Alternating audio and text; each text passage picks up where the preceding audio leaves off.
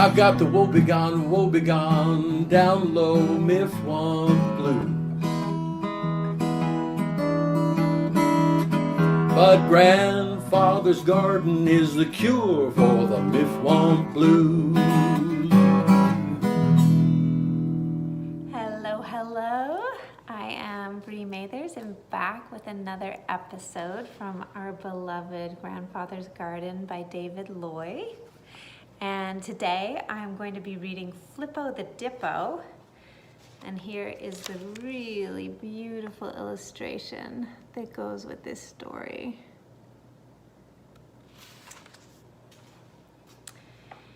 The great difficulty in Flippo's life can be told rather quickly. It was a problem that she faced on the first memorable experience of her life. Flippo was rolling along the beachfront and she bumped into a large sleepy seal, and the seal went honk. In other words, a very big seal noise. And Flippo said, "Oh, pardon me, I didn't mean to bump into you." Of course, the seal was enormous, a giant creature in comparison to poor little Flippo. The seal finally opened its eyes and looked a little bit startled, and it said, "My goodness, what are you?" And Flippo said, "I'm a Dippo." And the seal said, "Well, in all my born days, I never seen nothing like this." And the seal turned to the next seal, whose name was Sadie. And the seal said, "You just got to look over here and see this thing." And Sadie looked and said, "What is it?" And the first seal, whose name was George, said, "It calls itself a Dippo." And Sadie said, "Well, in all my born days, I never seen nothing like that." Flippo thought to herself, these seals are really not very stimulating company because they just copy each other. They are copycats. They copy what each other says. But she was very courteous. She didn't give any sign of what was going on in her mind. She said, "If you will excuse me, it has been stimulating talking to you, but I have a mission in life that I must get on with." And before the seals could rev up their brains to ask a question, for their brains worked very slowly, Flippo rolled on. A half hour passed and Sadie said, "George, I wonder what her mission was." And George said, "Honk," and went back to sleep. Well, it was a beautiful day. There were people out on bicycles, little children running around with ice cream cones in their hands, and some had balloons. Every now and then a little dog would run around and yap a little, and Flippo rolled on, feeling purposeful, very purposeful, until she bumped into someone else. This time, it was an old gentleman. Reginald Morehouse Morgenthau. I suppose some people would have called him a tramp because his clothes were sort of baggy, torn, and tramp-like, and he hadn't shaved, and he kept drinking on a bottle of wine and smacking his lips. But what nobody realized was that he was one of the wealthiest men in that town, and this was just his way of entertaining himself. Normally, he lived in this giant mansion. He had made an awful lot of money in sheep ranching in Australia, and he had a butler and 3 Rolls Royces, but he never felt comfortable with all that wealth. He had grown up in a very poor, run-down area of Sydney, Australia. So his chief diversion, and really the most enjoyable moments of his life, were spent on the beachfront, acting like a bum. It wasn't wine he was drinking, it was actually grape juice. And he actually didn't have a stubble of unshaven beard. It was very odd what he would do. You see, he would sort of slather his face with library paste. And then he would take a handful of sand and rub it over his face so that it looked like he had a beard. And the library paste would, of course, wash off easily when he went back to his mansion. Well, he was sitting there, and Flippo bumped up against him. And he did a double take and said, "What are you?" And Flippo said, "I'm a Dippo." And the man, whose name was Reginald Morehouse Morgenthau was his full name. Some of his friends called him Reggie, and others called him Margie. Well, Reginald looked at Flippo and said, "So you're a Dippo?" And Flippo said, "Yes, that is what I am." And Reginald said, "How long have you been a Dippo?" And Flippo said, "As far back as I can remember." And Reginald said, "Do you have brothers or sisters or cousins or aunts or uncles or anything of that sort? Or are you it? Are you unique?" And Flippo said, "I'm it. I don't have brothers or sisters or cousins or uncles or aunts. I'm it." And Reginald said, "Where did you come from?" And Flippo said, "I just sort of materialized one day out of the 7th dimension." 7 dimensions? Reginald said, "There are 7 dimensions?" Flippo said, "Yes, on Thursdays." And Reginald was absolutely fascinated. He had lived many long years. He had had a number of careers. He had actually been for a while a trail guide in the jungles in Brazil. In his still earlier period of his life, he was an accountant in a bass factory in Bombay. So you see, he had gotten around. He was a sophisticated man. He knew the world, and he had seen many, many things.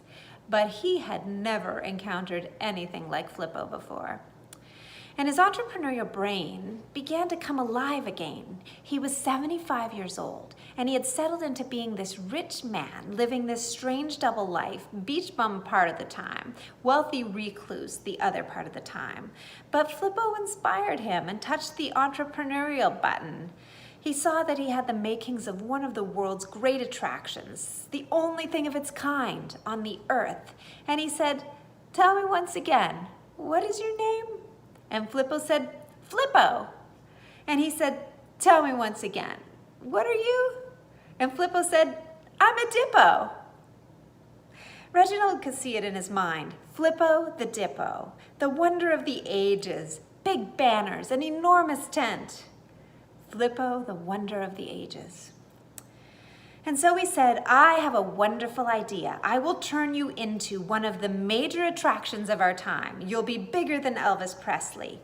I want you to come with me to my home. I will give you the West Wing. You can live in the West Wing. You will have your own servants, your own butler, and your own Rolls Royce. All you have to do is sign this contract we'll draw up, and you'll become the most famous being on earth." But Flippo hesitated. You see, she was very tender-hearted and didn't want to disappoint this unusual person that she had bumped into. "I appreciate your interest, sir," she said. "I truly do, and I can see that you are basically a good person, that you wouldn't be simply exploiting me for your own benefit because you already have all the money you want." And Reginald said, "That's very true. I see this as a public service to a world starved for something different and hopeful." But Flippo said, "I'm very sorry, but I have to be going on. I have a special mission on this earth."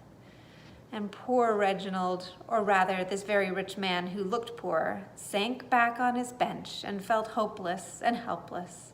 And so Flippo rolled on, and it wasn't until she rolled clear out of sight that Reginald slowly came to realize something. There was a little boy with an ice cream cone standing by, and Reginald said, "Son, I didn't ask her what her mission is." The little boy with the ice cream cone didn't know what to make of this, so he walked away very rapidly. Ralphie. Meanwhile, Flippo was rolling on along the beachfront, enjoying the sights, and all of a sudden, she bumped into someone else who was sleeping in the park on the ground. He sat up and rubbed his eyes, and he was a very nice-looking young man, but obviously a little down on his luck if he was sleeping on the ground in a park. He looked at her and said, "My goodness, I've never seen anything like you. What are you?" And Flippo said, "I'm a Dippo." "And you can talk?" the young man said. And Flippo said, "Yes." She said, "I can also zip." And she zipped.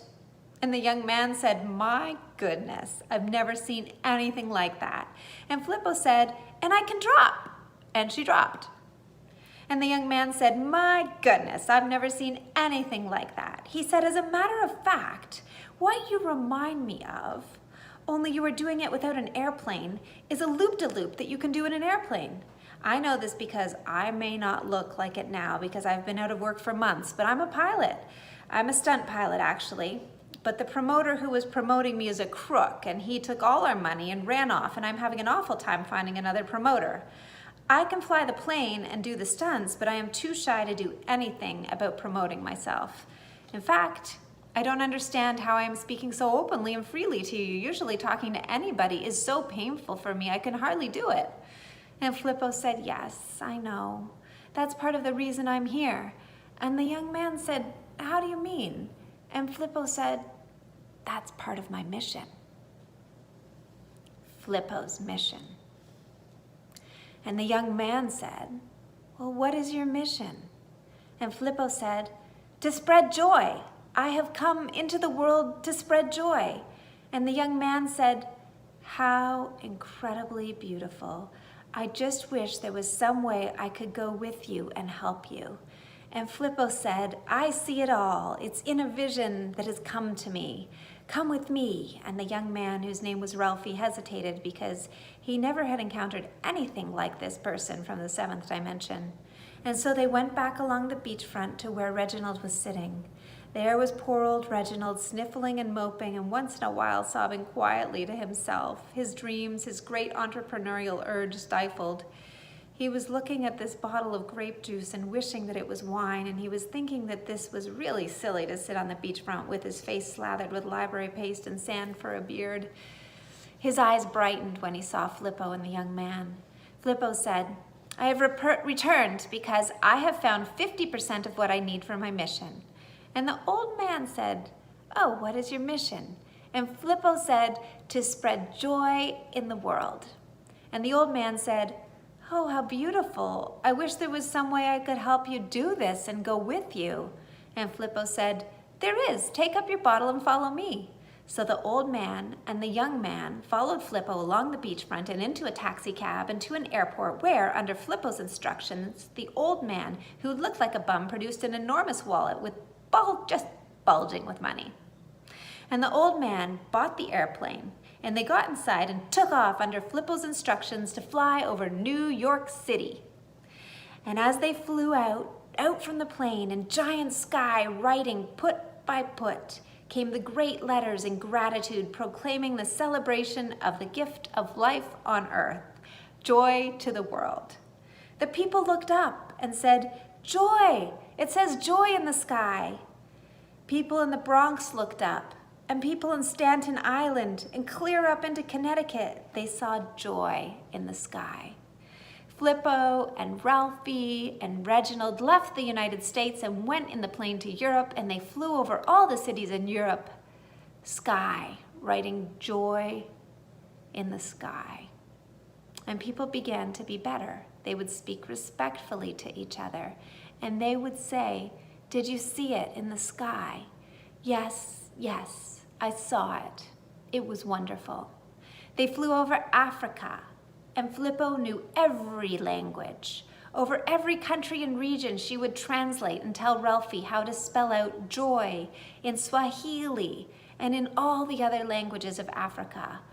And they flew over India and China and Japan. They even flew over little tiny places out in the Pacific that nobody ever went to. And everywhere they spread joy. It was the most wonderful thing, everybody agreed. The most wonderful thing that had happened to humanity in hundreds of years. Reginald was happy and Ralphie was happy, but the happiest of all was Flippo the Dippo, who had brought joy to the world. A moral for the story: friends are important. Or, no matter who you are, one of the most important things you can do for everybody is to spread joy. I've got the woe begone, down low Mifwump Blues. But grandfather's garden is the cure for the Mifwump Blues.